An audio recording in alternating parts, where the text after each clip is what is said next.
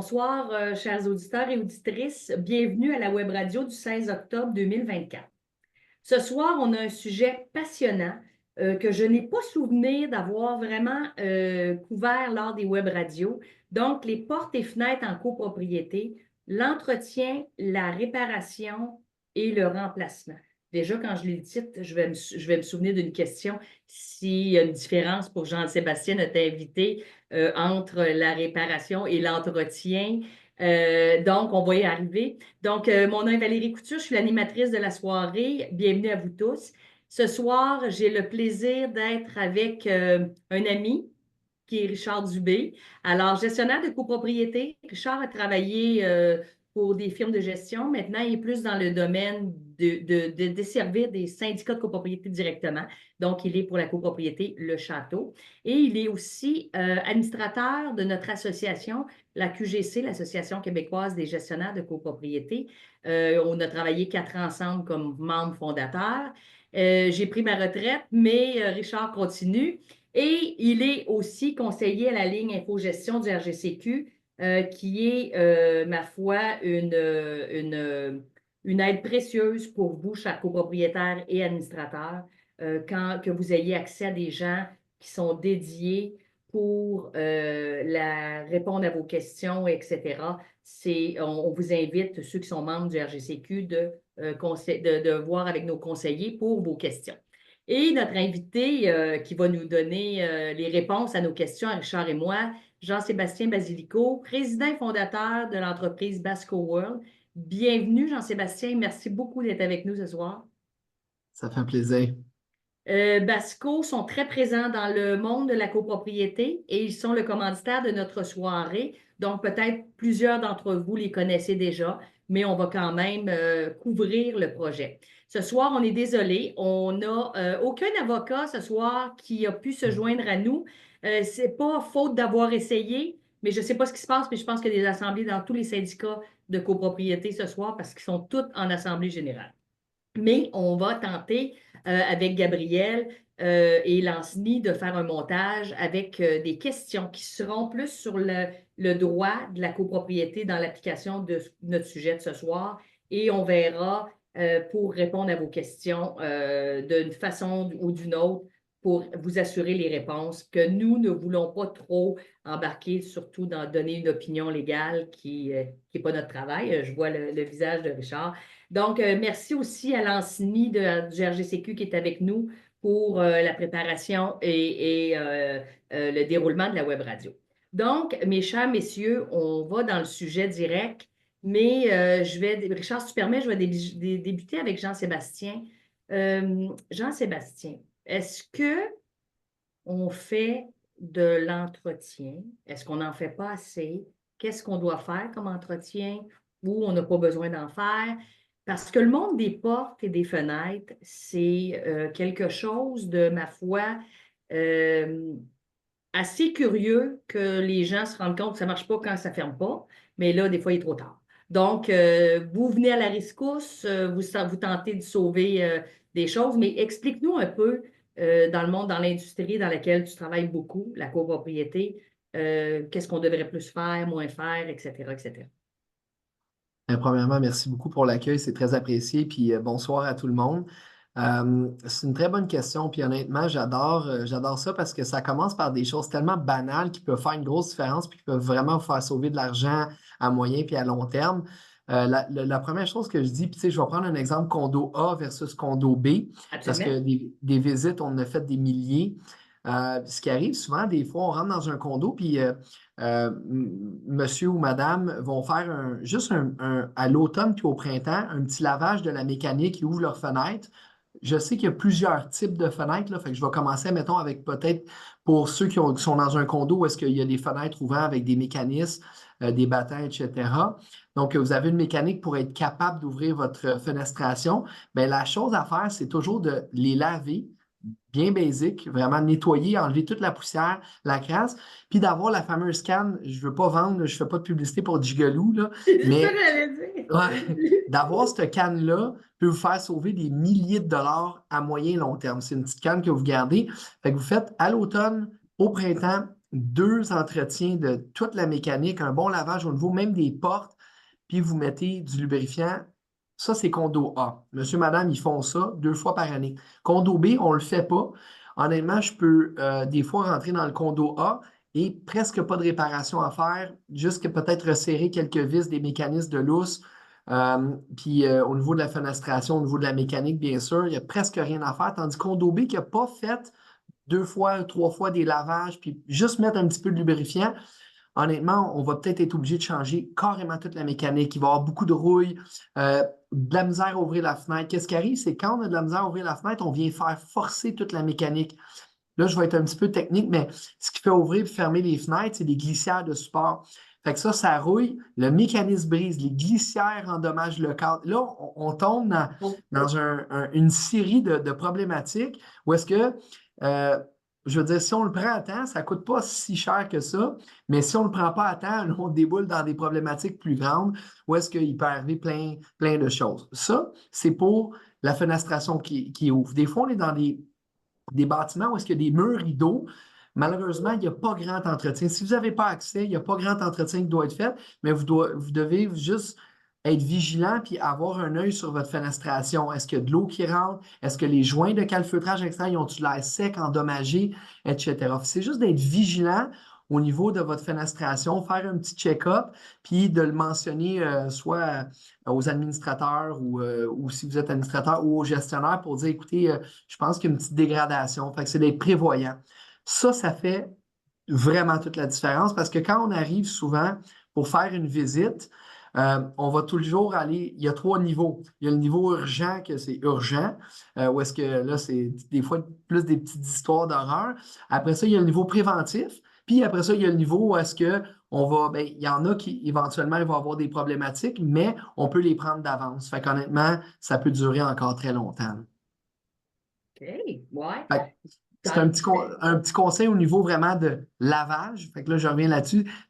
Puis la canne de Gigolo, honnêtement, est primordiale. Puis on le dit, écoute, ça fait des années, moi, ça fait 24 ans, puis on le dit à chaque année, puis c'est un petit investissement de 9 $ qui peut vous faire sauver beaucoup d'argent à moyen et long terme, là, au niveau de votre Tu ne devrais mécanique. pas le dire, fait que comme ça, tu ferais plus de job.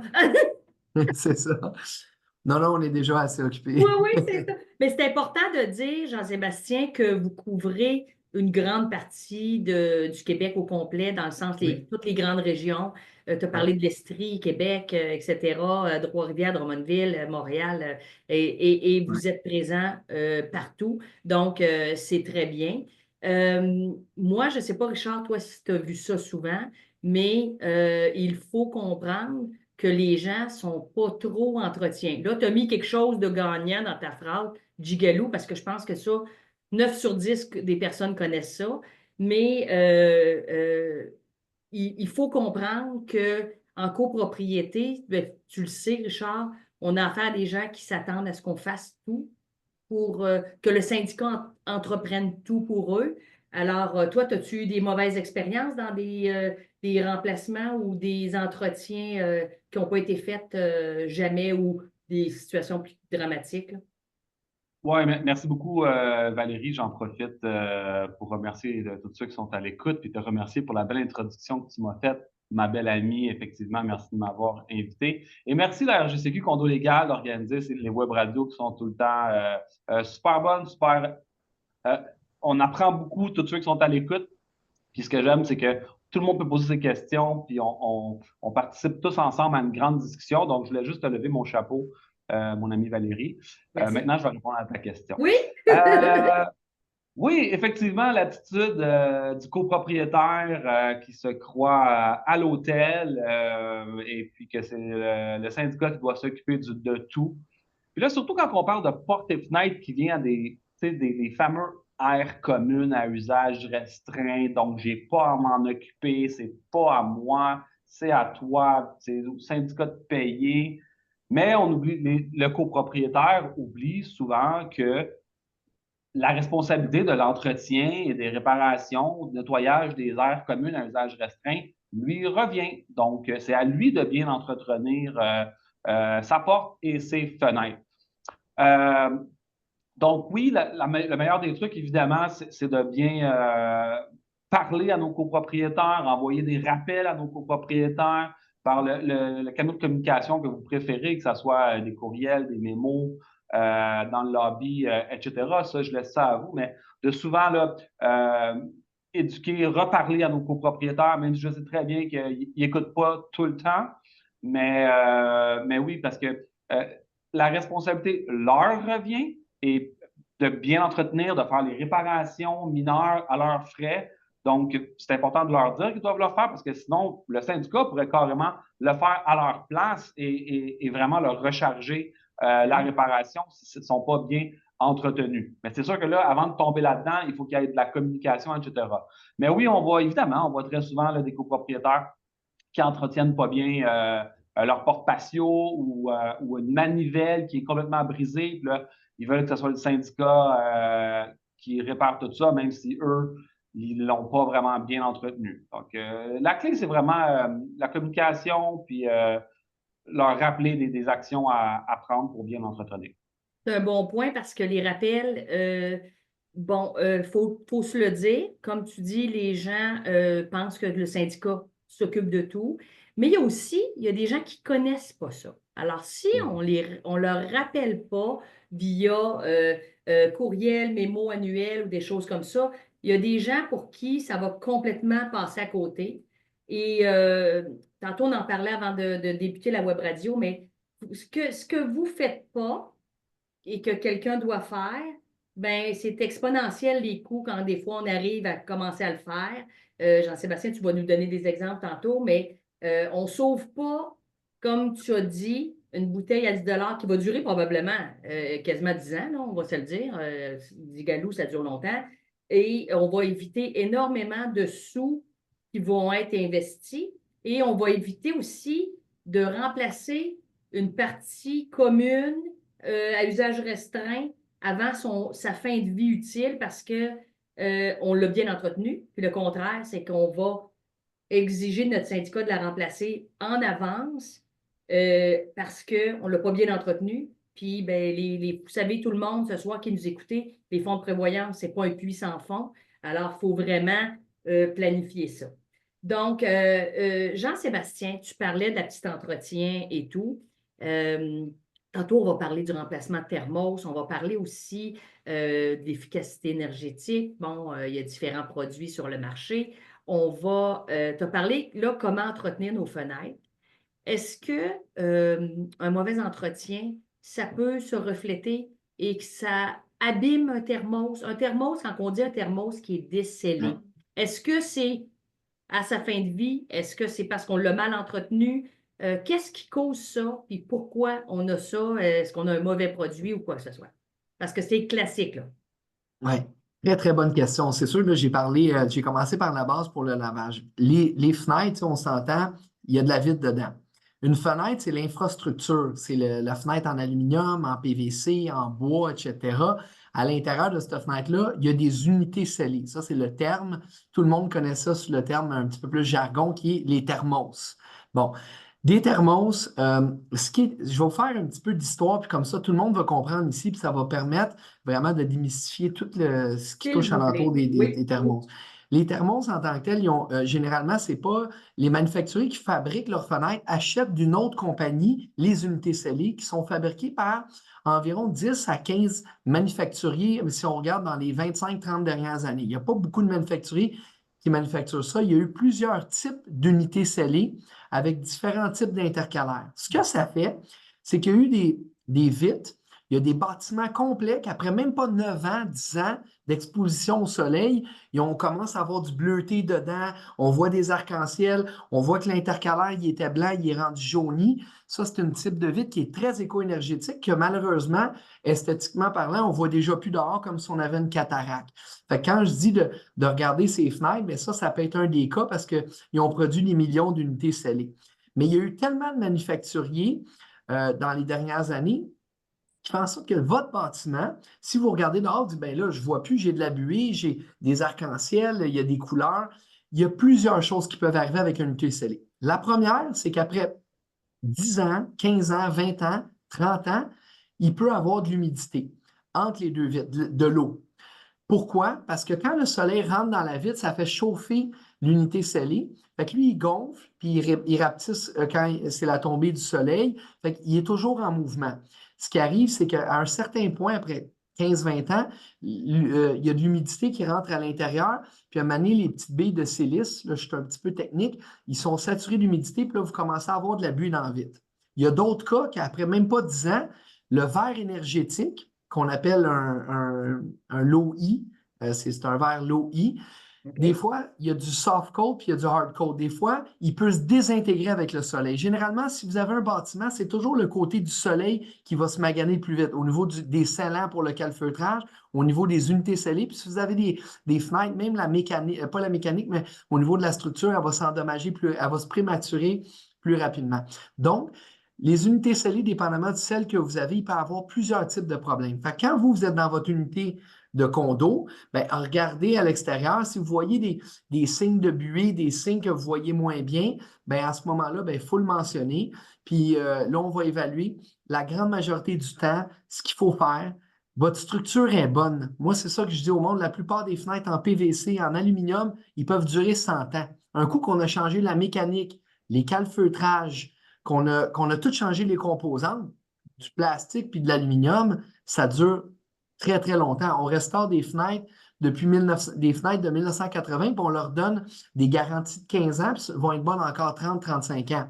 C'est sûr que si vous avez un PVC qui est mince, puis qui commence à onduler, on est les premiers à dire, ben là, il va falloir changer les portes et fenêtres. On y reviendra tantôt. Donc, pour les unités scellées et les thermos, pour, mettons, fermer un peu la boucle là-dessus, c'est que ça dépend, c'est qui les a manufacturés. Est-ce que, comme je vous dis, il y a eu plusieurs manufacturiers, donc il peut arriver plusieurs problèmes. Puis il y a des vitres, qu'il y a des bâtiments avec des intercalants en aluminium qui peuvent être bons 40 ans puis ils n'auront pas de problème. Fait que ça dépend toujours, encore là, de ceux qui les ont manufacturés, là. Ouais. Écoute, on a justement une bonne question. Dans l'étude du Fonds de prévoyance prévoit le changement des fenêtres d'environ 40 ans. Qu'en est-il des thermos dont la durée de vie est d'environ 15 ans? Là, je pensais, j'ai mal lu la question, c'est peut-être pas pour toi, Jean-Sébastien, mais pour ce qui est de ça, c'est clair que le thermos, Jean-Sébastien, ça ne durera pas 40 ans.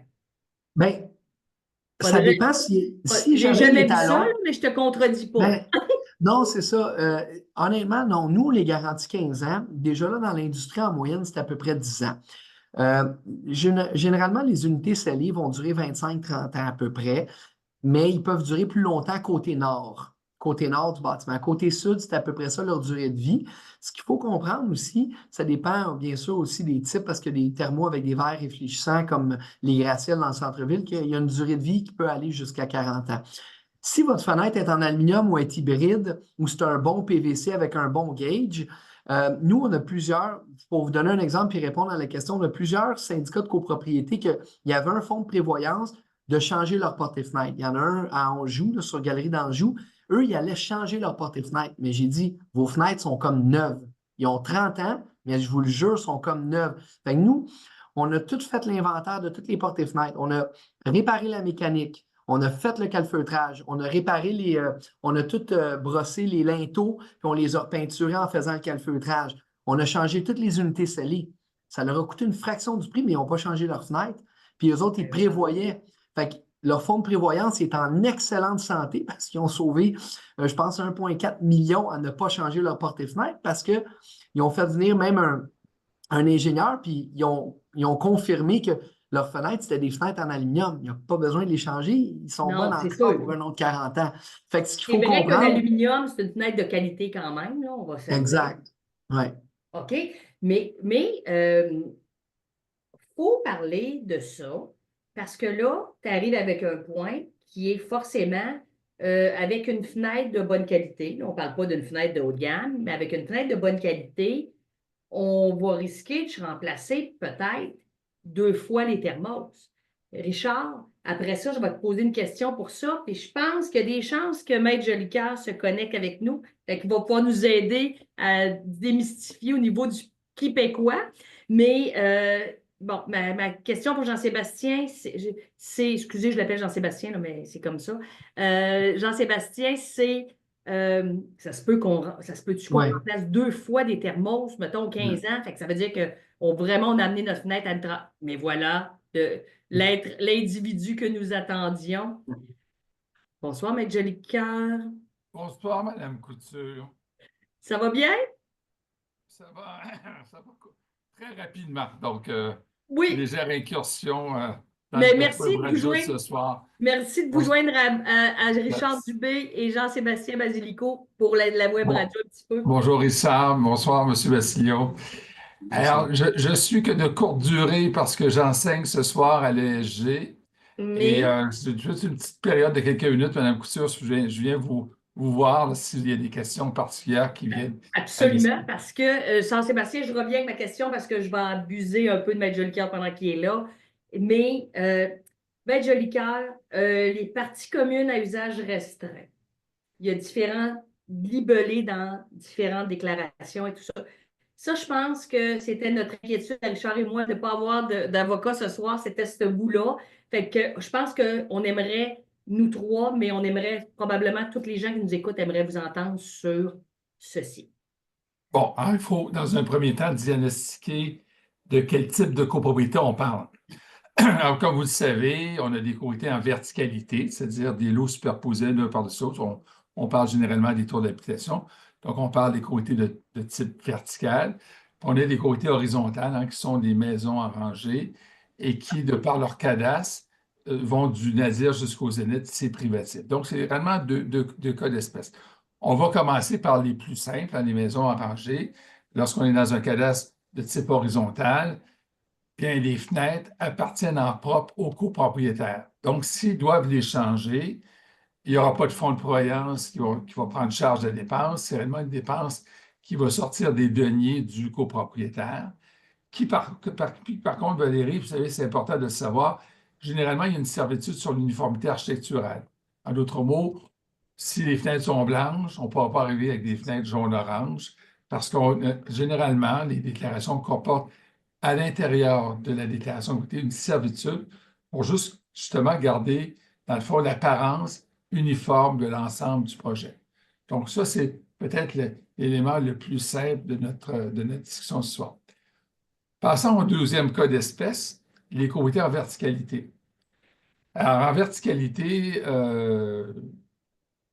pas plus que généralement, tout le temps, elles font partie, ces fenêtres-là, de l'enveloppe du bâtiment. Hein, c'est-à-dire qu'elle est incorporée dans l'enveloppe du bâtiment et l'enveloppe du bâtiment est, au point de vue du cadastre, dans les parties communes de la copropriété.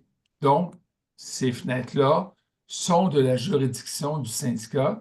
C'est lui qui doit voir à leur entretien, c'est lui qui doit voir au remplacement de cette fenêtre.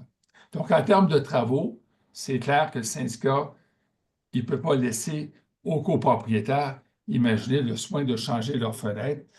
Faisons une image de style. Maurice, au 6e étage, le samedi matin, décide de changer sa fenêtre. Alors, on ne pourrait pas s'imaginer. Bien, croyez-le, croyez pas, j'ai des dossiers. Il y a eu beaucoup de Maurice et des David qui ont changé leur fenêtre. Et 30 ans plus tard, ben, c'est une pizza de couleur de fenêtre. C'est pas homogène. Et ça, sans compter que la qualité de l'installation n'est pas forcément au rendez-vous. Si c'est du bricolage, parce que des fois, on peut changer des fenêtres parce qu'on est directement sur le balcon. Et l'élément central qu'il faut retenir, c'est l'article 1077 du Code civil du Québec qui dit que le syndicat est responsable des dommages occasionnés aux copropriétaires routières par le vice de conception, le défaut d'entretien des parties communes. Alors, si le syndicat laisse le soin aux copropriétaires de faire ces travaux-là, et que 10 ans plus tard, l'enveloppe du bâtiment est pourrie parce que ça a été mal installé, ça a été fait par des gens qui ne sont pas professionnels, bien là, les administrateurs de l'époque vont s'en mordre les doigts parce qu'ils ont commis une faute en laissant aux copropriétaires l'initiative des travaux. Bon, ça, c'est sur le volet de qui est le maître d'œuvre des travaux. C'est le syndicat. Souvent, dans les déclarations de copropriété, on va dire que les copropriétaires sont tenus de voir à l'entretien. Bon, l'entretien, qu'on se comprenne bien, c'est je passe un chiffon dans la fenêtre et mon entretien se termine là. On ne demande pas aux gens avec un couteau à décaper le caulking, comme on dit en bon français, d'enlever le calfeutrage, de prendre un tissu à 4 feutrages, alors qu'on a des gens qui n'ont pas le degré de compétence. Peut-être qu'ils l'ont, mais on ne peut pas prendre pour acquis que ces gens-là ont les compétences requises. Alors, dès qu'on parle d'étanchéité, c'est crucial pour un bâtiment. C'est ça qui protège, dans le fond, toute l'enveloppe. Dès qu'on parle d'étanchéité, on n'est pas dans les menus travaux. Donc, lorsqu'on lit des déclarations de sécurité qu'on dit les courtiers doivent voir à l'entretien des fenêtres, c'est le petit linge sur la fenêtre, puis on n'en demande pas plus que ça. Et parfois, si on doit voir à l'entretien, puis qu'on a une fenêtre dans le vide, on ne demandera pas à Maurice de 98 ans de dépasser le petit linge. Peut-être qu'il va falloir penser que le syndicat. Je vous dis tout ça, Valérie, parce que j'ai tout eu ça, ces affaires-là. Oui, il y a juste à aller laver sa fenêtre. Oui, mais ça prend une nacelle. Ah ben là, on ne s'occupe pas de ça, nous autres, le conseil. Alors, essayons d'aller sur la logique. Maintenant, évidemment, un jour, comme toute bonne chose, ça a une fin. Même les meilleures fenêtres ont une durée de vie peut-être de 1000 ans selon certains vendeurs, mais disons qu'on n'y arriverait pas à cette. On va devoir les remplacer. Et là, on tombe dans une question un peu plus complexe, parce que le Code civil, à l'article 1064, prévoit spécifiquement que les charges d'entretien des parties communes d'usage restreint, parce que ces fenêtres-là sont généralement qualifiées de parties communes d'usage restreint pour les courtiers qui ont la vue sur les fenêtres.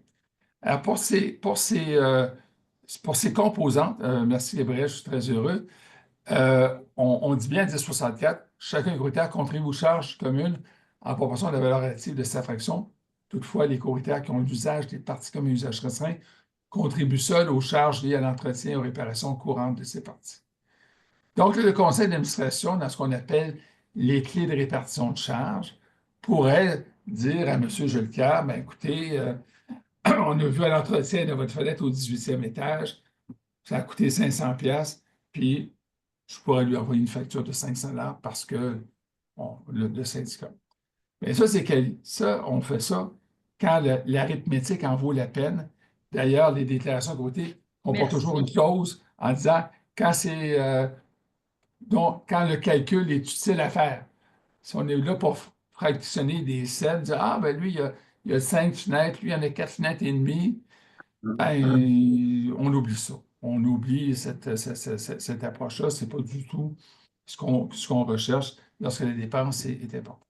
Toutefois, imaginons qu'on est dans une situation où la déclaration de sécurité prévoirait, puis peut-être qu'on pourrait remettre l'article de loi à l'écran, ça serait peut-être bien, ça serait plus facile pour nos auditeurs de comprendre le texte. Lorsqu'on est dans une section où la déclaration de copropriété, telle que c'est prévu à 1064, deuxième alinéa, imaginons que la déclaration prévoit une répartition différente de la contribution aux propriétaires aux charges relatives aux réparations majeures aux parties communes d'usage restreint et au remplacement de ces parties.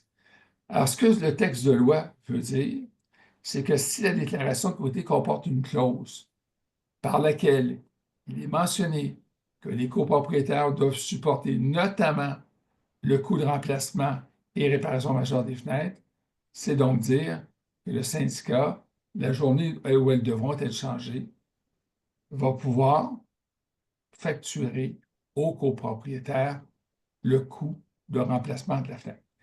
Et dans certaines tours d'habitation, ça peut être passablement coûteux. On peut parler de sommes qui dépassent de 100 000 là, qu'on a des penthouses et des bâtiments en grande élévation, la grue, le ci, le ça. Et ça, c'est là que les notaires qui prévoient ce genre de clause font, à mon humble avis, non pas une erreur professionnelle, mais laissent une gestion défaillante dans le futur aux copropriétés. Et je m'explique. Moi, j'achète aujourd'hui un condo à l'île des Sœurs au 18e étage.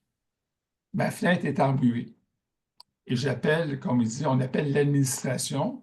Puis à l'administration, on dit ben oui, M. Jolicoeur, c'est vrai, puis on a quelques-unes d'embuées.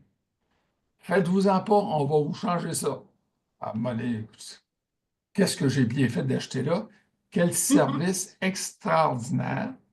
Ils viennent changer ma fenêtre, puis après ça, ils m'envoient une facture de 120 000 $. Là, je trouve qu'ils étaient C'est sympathiques. extraordinaire. Et là, évidemment, je crie au scandale, mais c'est quoi, je ne paierai jamais ça. Et là, ils vont me dire, la déclaration de courtier prévoyait spécifiquement une clause dans ce sens-là.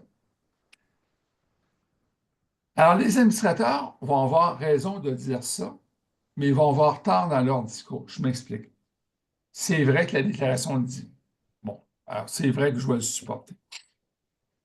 Comme, est-ce qu'il y a eu manquement des administrateurs dans les années passées de ne pas avoir constitué un fonds de prévoyance spécifique pour chaque appartement? Et je vais peut-être leur dire, que faisiez-vous au temps d'août quand c'était le temps de demander aux copropriétaires précédents mon achat de contribuer? Donc, vous avez commis une faute. C'est un terrain fertile pour ma communauté juridique. Alors, quand on veut jouer au ping-pong des lettres d'avocat, c'est fertile. Alors, mon propos, il est simple là-dessus. Il faut réellement y réfléchir. Je me souviens un soir dans une assemblée côtière à l'île des Sœurs, j'avais soulevé la question. J'avais dit au conseil en pleine assemblée, est-ce que vous réalisez que depuis toujours, vous n'avez jamais cotisé pour le remplacement des fenêtres? Est-ce que vous réalisez la conséquence de cette clause-là? Et le président du conseil, trop orgueilleux, pourra dire, oui, on le sait, mais ce n'est pas grave. Mais là, j'ai dit aux gens, un jour, vous aurez une surprise de ce dysfonctionnement de la part de votre conseil d'administration. Il en était très choqué. Alors, moi, mon propos ce soir, c'est de dire dans les copropriétés, vous avez ces clauses-là, et où vous n'avez pas capitalisé pendant ces années-là, posez-vous la question s'il n'y a pas lieu de modifier votre déclaration de côté pour répartir le coût en fonction des valeurs relatives que de laisser ces clauses-là qui sont une porte ouverte à la chicane et qui ne permettent pas de bien capitaliser. Puis, vous savez, Mme Couture, souvent les administrateurs, ils font de l'aveuglement volontaire. Ils aiment ça, ces clauses-là, parce qu'ils se disent, oui, mais ça va donner que ça coûte moins cher le frais de condo. On va être obligé de ne pas mettre d'argent dans le fonds de prévoyance. Bien, c'est de la duperie, tout ça. C'est une duperie, parce qu'en quelque part, il est anormal que les courtiers de la 5e, 6e génération payent pour la déficience de la gestion. Alors, aux administrateurs qui m'écoutent ce soir, qui ont des go larges comme autobus, essayez de revenir dans une logique, parce que ce n'est pas une approche qui, bien que légalement soit valable, soit l'approche qui soit la plus équitable lorsqu'on parle de vivre en copropriété. L'enveloppe du bâtiment, quant à moi, elle est essentielle. Je ne peux pas avoir d'enveloppe et d'avoir du monde. Ah, ce n'est pas comme une terrasse sur une toiture où j'ai une clause qui dirait, quand on remplace la terrasse, c'est imputable au courtier. Parce que si je n'ai pas de terrasse, l'immeuble est viable. Mais pas de fenêtre, dites-vous une chose, c'est l'hiver prochain, ça va être froid chez vous. Quand il pleut, ça va être humide chez vous. Ça prend des fenêtres. Alors moi, je trouve que c'est une approche qui, à mes yeux, bien que légalement valable, elle est en gestion épouvantable. Ça, c'est ma position, c'est mon éditorial ce soir. Maintenant, dernier sprint, parce que là, je vais devoir passer à retourner à mes étudiants de l'ESG. On a la fameuse question des thermos. Combien de fois je reçois sur condo légal, le thermo, il a pété, il est embué, qui paye pour, blablabla. Quand on parle des grands classiques, c'est ça. Alors, évidemment, le thermo peut être embué parce qu'il y a une déficience dedans, parce qu'il a été un vice de conception, je ne sais pas trop quoi.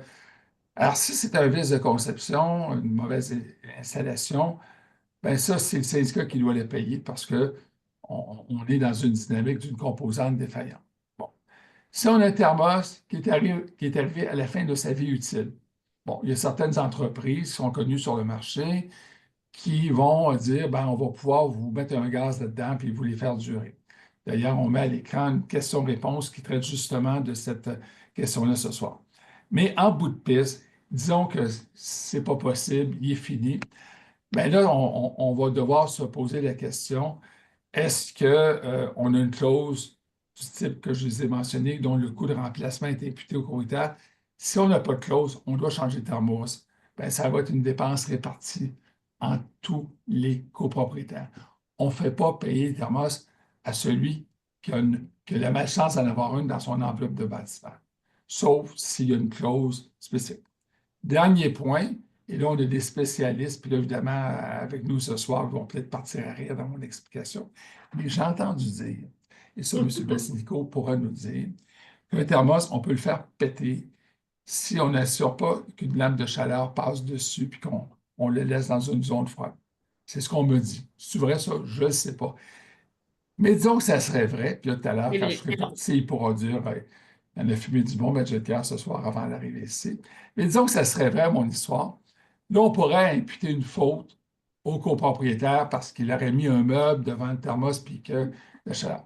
Monsieur Bassilico, est-ce que je dis des bêtises ou c'est vraiment. Non, et c'est fréquemment, on appelle ça un bris thermique. Dans le fond, il y a C'est ça. plusieurs situations qui peuvent faire en sorte que ça arrive. Et des fois, il y a des personnes qui ont de l'humidité parce que, bon, ils ont mal contrôlé la ventilation dans leur condo ou c'est le bâtiment. Ils vont prendre un séchoir. Ils sont très honnêtes dans leur démarche et souvent, le syndicat va refacturer à le copropriétaire que sans faire par exprès, a brisé. Oui, c'est un bris Ouais. thermique qui arrive. Il y en a plusieurs cas comme ça, oui. Bon. Alors, je vous laisserai les décliner quand je serai parti. Et ce que M. Bassilico met en perspective, ils sont peut-être bien fins, les copropriétaires, mais ils viennent de commettre un dommage sur les parties communes.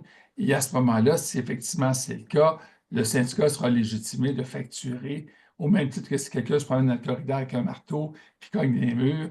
Mais là, on s'entend que Ouais. je voulais faire un peu de bruit dans le corridor, mais là, c'est drôle, il y a des trous dans le placoplate. Alors, c'est un peu dans cette rhétorique. Alors, évidemment, il peut y avoir plusieurs autres cas qui se présentent. J'ai notamment à l'esprit les fameuses manivelles, là, OK? J'ouvre, je ferme. Bon, ça, c'est peut-être une charge d'entretien quand on doit la changer. Alors, ça passerait sur 1064 sur les frais d'entretien. Mais là, évidemment, ça devient de la microgestion. Oui. Est-ce qu'on veut aller là-dedans?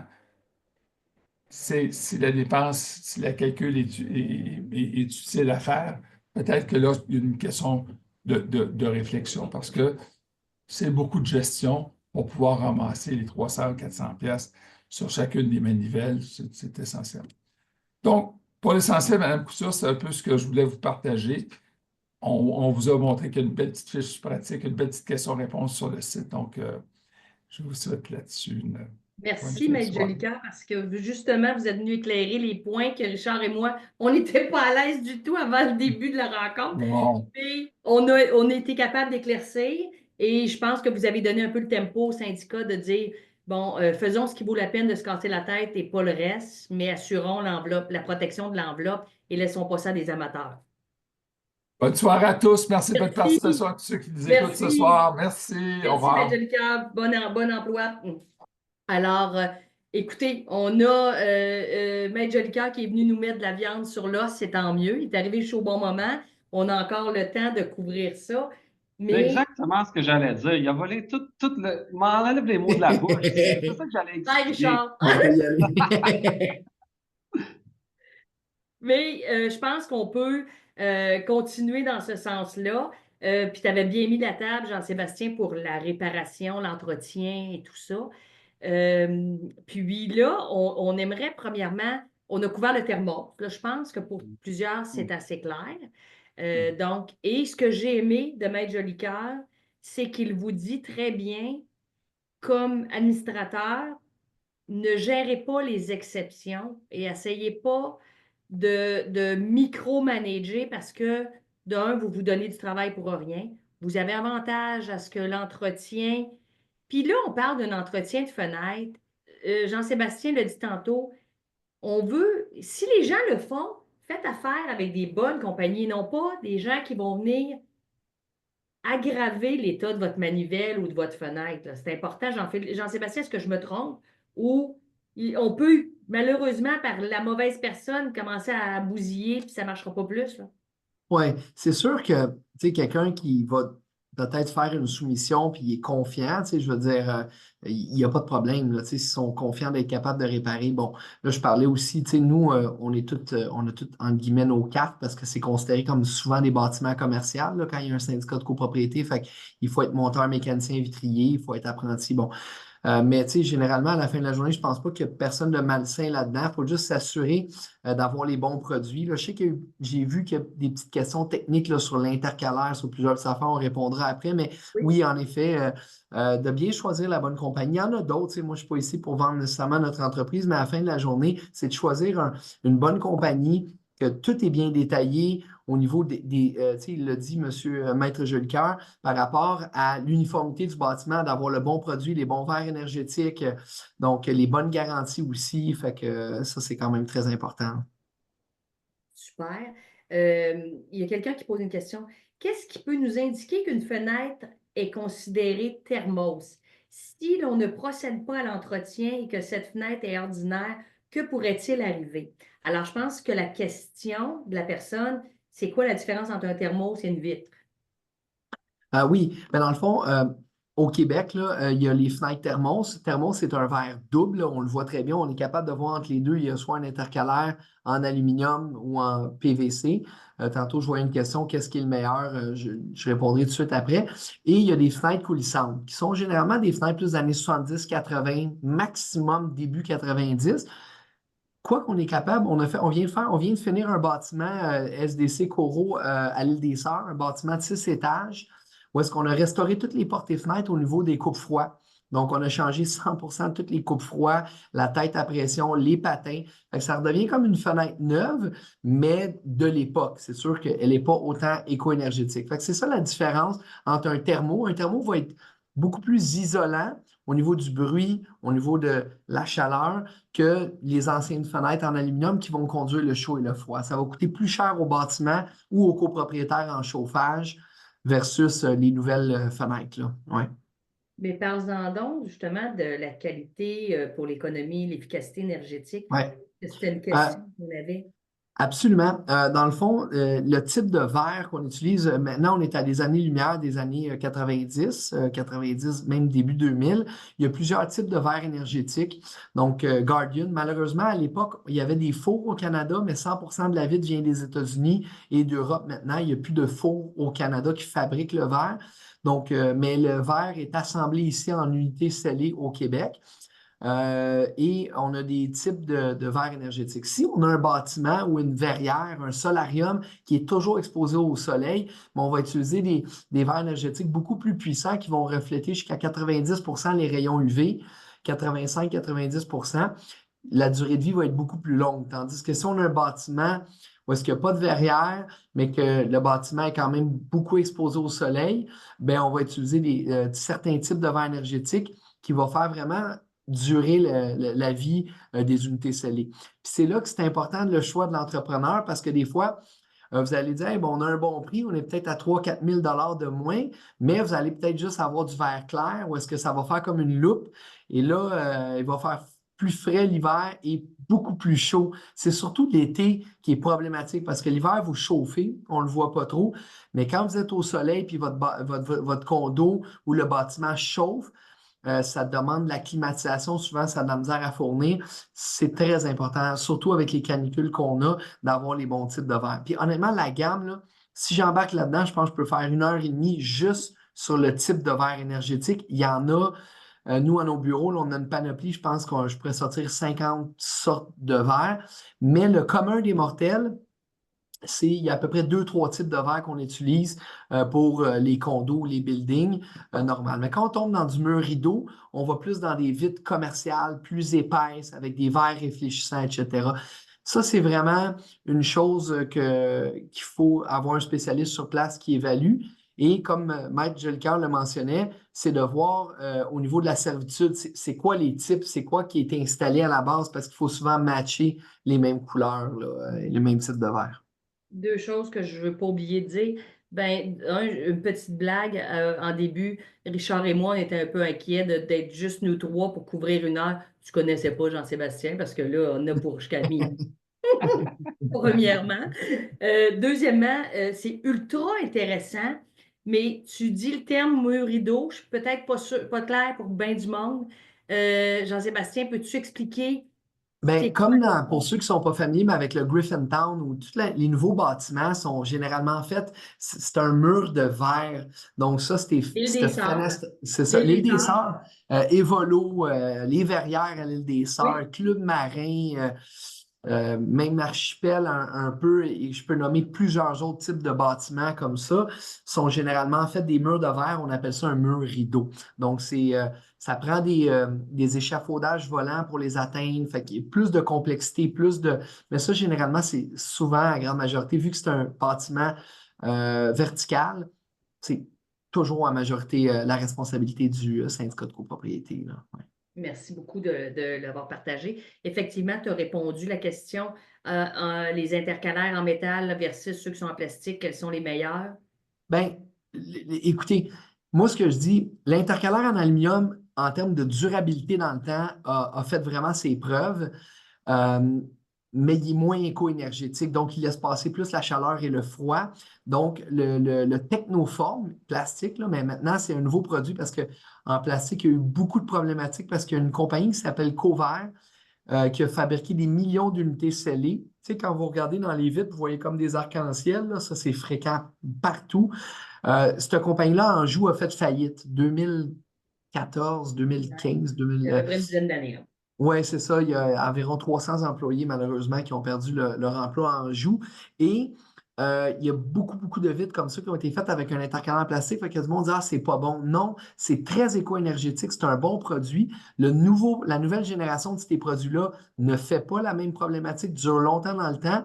Et il est pré-cuit. Donc, il n'y a plus ces problématiques-là. Fait que moi, ça dépend. Je dirais que quand on est dans une structure en aluminium ou hybride, on va y aller avec l'intercalaire en aluminium avec un bon verre énergétique. Quand on est dans des structures où est-ce qu'il faut vraiment être très éco-énergétique, on va choisir le technoforme noir. Il est très populaire. Il est esthétiquement beau. Donc, c'est ça. Il faut voir le type de bâtiment. Ils ont des défauts, puis ils ont aussi des avantages là, aussi. Fait que moi, je choisirais, écoutez, c'est difficile, mais il faut voir le type de bâtiment, là. OK. Richard, la question, je veux voir si tu as bien suivi Maître Jolicoeur tantôt, il l'a dit vite fait. À qui revient la responsabilité de changer les joints de calfeutrage? Et je souligne le mot calfeutrage parce qu'en Ouais. copropriété, on en beurre partout. Du caulking, Ouais. des Ben, fenêtres. c'est- Ah, donc, Richard, je te répète la question, à qui revient la responsabilité des joints de calfeutrage, le CA ou les copropriétaires? Parce que Ouais, dans puis Maître le Jolicoeur Jolicoeur dit le dit clairement, puis si je me souviens bien, il a vraiment dit le mot calfeutrage, c'est au syndicat de s'en occuper. On ne va pas demander à chacun des copropriétaires de bien changer leur calfeutrage. Ça ne fait pas partie de la définition qu'on pourrait appeler entretien et réparation mineure d'une fenêtre. Non, pas du tout. Au pire, on pourrait même argumenter que quand on vient de toucher au calfeutrage, on parle même plus de la fenêtre, on parle vraiment de l'enveloppe du bâtiment. Et ça, c'est bel et bien le syndicat qui s'occupe de l'enveloppe du bâtiment. Donc, Maître Jules-Carl l'a quand même très bien dit. Là, oui, c'est vrai que chaque copropriétaire, si la fenêtre est ou la porte patio ou la porte est une aire commune à usage restreint, le copropriétaire a la responsabilité de l'entretien et de la réparation mineure. Mais c'est très, très mineur. Maître Jolicoeur a même parlé du remplacement de la manivelle que le syndicat pourrait s'occuper. Donc là, si on parle du calfeutrage, le thermos, c'est le syndicat, le calfeutrage, c'est le syndicat, je le répète. Et comme Maître Jolicoeur a dit, même si on pourrait dire que la manivelle pourrait être aux frais du copropriétaire, est-ce que ça vaut vraiment la peine? Pourquoi pas le syndicat qui en prend soin? Pour être sûr qu'on garde des fenêtres en bonne fonction, qui ne vont pas commencer à s'ouvrir en plein hiver pendant que le copropriétaire est en Floride, causer des dégâts majeurs. Mais c'est ça. C'est le syndicat qui s'en occupe. Ça, c'est clair. merci Richard, tu as répondu à la question de M. Labrie, le changement des thermos. Mais ça a été clair. Et Ouais. je suis d'accord avec Maître Jolicoeur parce que on l'a dit tantôt, puis on l'a peut-être dit avant d'entrer en onde, mais le remplacement de thermos, c'est encore quelque chose, il faut qu'il soit bien fait.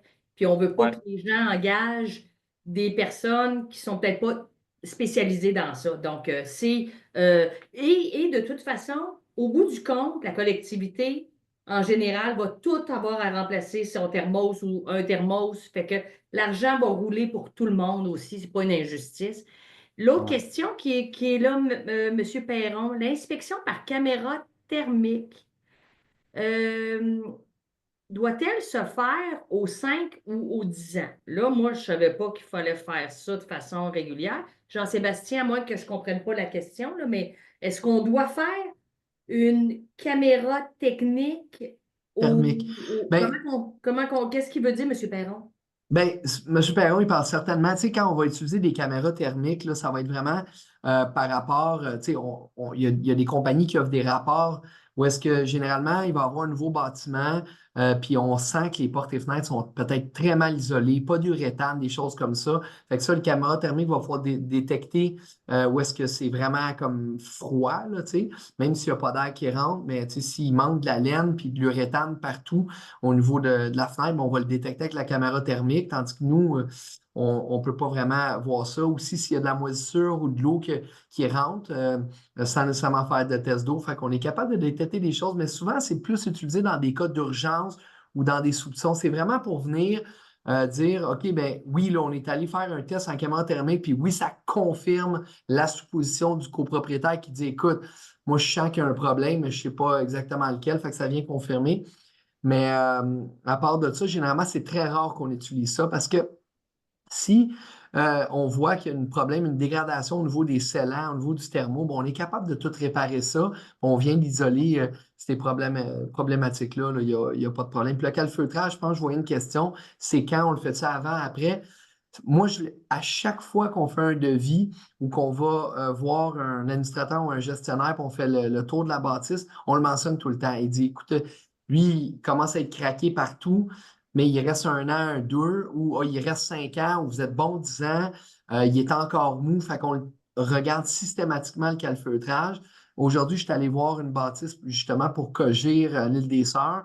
Un gros bâtiment, je dis, écoutez, là, le calfeutrage est urgent. Là, oui, on sait bon, on va colmater parce qu'il y a certains endroits qu'il y a de l'eau qui rentre, mais j'ai dit, écoutez, là, vraiment, là, on est en fin de vie. Il faut vraiment budgéter. Là, il va falloir refaire le calfeutrage du bâtiment au complet. Là, c'est partout Non, qui puis est tu sais, fini. Là. pour ajouter sur le calfeutrage, évidemment, il faut remplacer le calfeutrage et éviter des infiltrations d'eau, etc. Mais des fois, les gens oublient que en changeant le calfeutrage, premièrement, on devient plus étanche, on peut économiser sur l'électricité, mais aussi sur le confort à l'intérieur de vos unités, à l'intérieur de vos appartements. Avec un calfeutrage neuf, bien fait, on va être drôlement plus, là, le chauffage, la climatisation va être drôlement plus confortable. Ce n'est pas juste une dépense, ah, il faut faire le calfeutrage. Non, non, non, vous allez bien sentir les bienfaits des travaux. Et votre bâtiment va moins se détériorer aussi. Si notre calfeutrage n'est pas fait, ça va laisser passer l'eau, puis là, on va être obligé justement d'amener une caméra thermique pour aller voir s'il y a des situations d'infiltration, tout ça. Là. Le calfeutrage, c'est primordial. Premièrement, utilisez toujours une compagnie qui utilise des produits 100% silicone. Les gros joueurs de l'industrie, ils utilisent tout ça. Là. Il faut que ça soit du 100% silicone. C'est bien important. Ça suit le mouvement. Ça va durer 20-25 ans, sur votre bâtiment. Puis toutes les portes et fenêtres qui ont été installées par des charpentiers menuisiers, ils utilisent des produits avec des solvants. Ça dure 7-8 ans. Fait que, est là la grosse différence. Fait que quand vous faites un investissement majeur pour votre bâtiment, ben, assurez-vous vraiment que c'est des spécialistes en calfeutrage qui ne le remettent pas par-dessus puis que ça dure Ouais. longtemps. Là. Ça, c'est très important. Là. De l'économie de bout de chandelle, essayer d'économiser un petit peu sur des gros travaux, puis finalement, il faut le refaire bien plus rapidement que. 5 ans plus tard, il s'enlève tout seul. Oui, on l'a vu, Richard, sûrement dans toutes nos copropriétés qu'on a gérées. Il y a Théo qui revient sur une question. Si je comprends bien, le Gigalo est aussi dans le mécanisme. Je pensais que c'était sur les contours de la graisse blanche dans le mécanisme. Est-ce facile de remplacer du triple vert? Nous avons déjà changé des thermos, mais nous changeons progressivement les fenêtres actuelles pour des triples. Fait que là, je t'ai garoché tout ça en même temps, là, mais Est-ce que c'est des fenêtres complètes? En tout cas, ça serait à voir. Mais oui, on est capable des fois d'avoir du double verre et de le remplacer par du triple verre. Il faut juste que la fenêtre soit capable de le prendre parce que des fois, c'est plus lourd. C'est plus lourd. Puis des fois, l'épaisseur aussi ne peut pas faire en sorte qu'on peut. Des fois, on ne peut pas. Mais oui, on fait ça tout le temps. Puis même le nouveau code du bâtiment, en fait, pas le code du bâtiment, mais de l'industrie des portes et fenêtres, les manufacturiers, ils ont passé une réglementation que je pense c'est à partir de 2027, tous les manufacturiers de portes et fenêtres avec les nouvelles normes vont devoir produire du triple verre. Fait que ça va être partout. Ça, oui, c'est un gros changement pour les usines. Donc, ça va être obligatoire pour tout le monde. Ça veut dire que tous les bâtiments jusqu'à, je pense que c'est 2027 ou 2028, on va être correct. Mais après ça, tous les nouveaux bâtiments après ça, ça va tout être en triple verre anyway. Parce que c'est beaucoup plus éco-énergétique. Le coefficient énergétique, on passe comme de 4,5 à comme 7,5, 8. Donc, ça va vraiment faire une grosse différence. Mais Pas juste non plus pour les régions qui ont du froid comme nous autres. On peut parler de l'efficacité énergétique aussi dans les places plus chaudes, dont la Floride, pour justement éviter qu'ils climatisent dehors. Je me trompe-tu, Jean-Sébastien? Généralement, non, parce que les climats comme, mettons, à partir du milieu des États-Unis jusqu'à la Floride, beaucoup de verre simple. Tu sais, comme dans les pays chauds, ils n'ont même pas de thermos. Fait que c'est du verre Même simple. pas Des de fois, c'est du verre 6 à 8 mm qui sont hurricane proof. Mais fait qu'ils n'ont pas besoin parce qu'il fait c'est quand même toujours tempéré, là. C'est ça. Et nous, c'est à cause vraiment de nos hivers, le plus 30, moins 30, là, il fait une grosse différence, là, ouais. Super. Monsieur Gagnon, je ne sais pas, Richard, si tu vas pouvoir répondre, je ne suis pas sûre de bien comprendre. Responsabilité pécuniaire ou responsabilité de gestion du remplacement pour le CA? Et là, il ajoute le remplacement des thermos. Donc, je sais Ouais. pas si... Non, ben, Maître Jolicoeur l'a très bien répondu à cette question-là. Donc, pour le remplacement d'un thermos en tant que tel, c'est le syndicat qui a la double responsabilité, autant pécuniaire, financier que de faire les travaux. Le Après ça, projet. Maître Jolicoeur, ouais, ça, c'est le syndicat qui s'en occupe. Parce que ça fait partie de la structure, c'est un remplacement, c'est comme le calfeutrage, c'est le syndicat qui s'en occupe à 100 Maintenant, puis il y en a d'autres qui parlent que c'est une réparation mineure. Mais là, Maître Jolicoeur en a parlé. Là. De réparation mineure, on parle de très mineur. Nettoyage. Le nettoyage, c'est pas juste pour être esthétique, c'est aussi pour améliorer la durée de vie. Là. Mais aussi, bon, là, peut-être la manivelle, la poignée de porte, la serrure, peut-être, ça pourrait être des réparations mineures. Mais comme Maître Jolicoeur a dit, est-ce que vous voulez vraiment aller là? C'est ça. Le syndicat pourra en prendre charge pour assurer la pérennité de l'immeuble, l'étanchéité de l'immeuble. Mais oui, si vous voyez que ça pourrait être ça, une réparation mineure. Donc là, le syndicat pourrait prendre en charge les travaux en tant que tels pour être sûr que ça va être bien fait, mais la responsabilité financière pourrait être refilée, si vous le voulez bien, à votre copropriétaire. Mais un truc de gestionnaire, par contre, la communication avec votre copropriétaire est très important. Il faut le dire en avance. Maître Jolicoeur a donné l'exemple de ne pas dire « Ah oui, on s'en occupe », puis après que c'est terminé, on leur refile une très grosse facture. En communication avec le copropriétaire, voulez-vous qu'on s'en occupe? On va s'en occuper. Vous devez nous remplacer. Ça va coûter environ tant. Avez-vous une préférence au niveau de ci, de ça? Ou sinon, le syndicat pourrait prendre la facture, même si ça pourrait être mineur. Absolument, tout à fait, entièrement d'accord. Il nous reste une minute. Jean-Sébastien, je te la laisserai parce que on a parlé de plein de choses, mais j'aimerais que tu reviennes. Puis, y a-tu des choses que j'ai oubliées qu'on avait discutées avant, mais euh, quels sont les entretiens annuels que tu suggères à nos administrateurs de faire pour leur syndicat de copropriété? J'exclus pas vous, les chers copropriétaires qui nous écoutent, mais vu que le syndicat a une grande responsabilité, je pense que Maître Jolicoeur est revenu encore là-dessus en disant attention, parlez-en, occupez-vous-en comme administrateur parce que vous ne pouvez pas pelleter ça par en avant à l'infini. Qu'est-ce que tu donnerais comme, tu sais, malgré tous les plans de gestion de l'actif et tout, on ne parle pas beaucoup de l'entretien de la fenêtre elle-même, mais qu'est-ce que tu conseilles? Bien, premièrement, merci beaucoup. Je ne peux pas croire qu'il est déjà 8 heures. Je ne Non reviens pas, plus. ça a passé en claquant des doigts, puis j'aurais tellement d'autres choses à dire. Fait que ça sera au pire pour une prochaine. Tout à fait. Écoutez, ce que je recommande énormément, c'est que quand vous avez un bâtiment, vous avez la bienveillance. Bon, j'ai parlé tantôt d'entretien par rapport au copropriétaire, un petit peu de lavage, gigolou, c'est correct, ça c'est le minimum, c'est drôle, c'est Maître Jolicoeur a dit la même affaire, c'est le maximum qui peut être fait, qui fait quand même une bonne différence. Moi, ce que je recommande énormément, votre bâtiment, à partir de quand il y a 7, 8 ans, 10 ans, 15 ans, c'est de faire venir un spécialiste au niveau des portes et fenêtres, puis faire une petite tournée, voir 4-5 condos, c'est quoi les types de fenêtres, les fenêtres en PVC, c'est quoi l'usure normale, est-ce qu'il y a des petites choses à faire, y a-t-il un entretien minimum, d'avoir au moins les conseils d'un spécialiste, puis voir c'est quoi les problématiques qui peuvent arriver.